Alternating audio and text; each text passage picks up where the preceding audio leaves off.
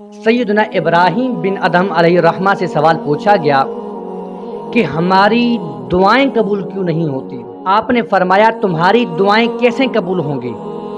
فرمایا تم اللہ تعالیٰ کو جانتے ہو مگر تم اس کی اطاعت نہیں کرتے، تم رسول اللہ کو جانتے ہو مگر تم اس کی پیروی نہیں کرتے، تم قرآن مجید پڑھتے ہو مگر اس پر عمل نہیں کرتے، تم اللہ تعالیٰ کا عطا کردہ رزق کھاتے ہو مگر تم اس کا شکر ادا نہیں کرتے، تم یہ جانتے ہو جنت نیک لوگوں کے لیے ہے لیکن تم نیک اعمال نہیں کرتے، نیک لوگ نہیں بنتے، تم یہ جانتے ہو جہنم گناہ گاروں کے لیے ہے لیکن تم گناہوں سے نہیں ڈرتے، گناہوں سے نہیں بچتے، تم یہ جانتے ہو شیطان تمہارا دشمن ہے لیکن پھر بھی تم شیطان سے دوستی رکھتے ہو، رحمان کا راستہ چھوڑتے ہو، شیطان کا راستہ اپناتے ہو، تم مردوں کو اپنے ہاتھوں سے دفن کرتے ہو لیکن تم اسے عبرت حاصل نہیں کرتے، تم موت کو برحق سمجھتے ہو، برحق مانتے ہو لیکن تم نے آخرت کے لیے کچھ تیاری نہیں کی،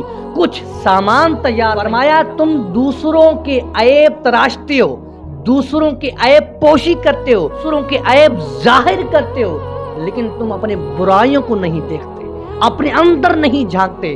فرمایا ایسے لوگوں کی دعائیں کیسے قبول ہوں گی؟ کس کام کی دعائیں؟ وہ ایسی دعائیں کس کام کی؟ اتنے عیب تمہارے اندر ہوں لیکن پھر تم دعائیں مانگ رہے ہو، تم اس نیت سے دعا مانگتے ہو رب تمہاری دعائیں قبول فرمائے؟ تمہاری دعائیں رب کیسے قبول فرمائے گا؟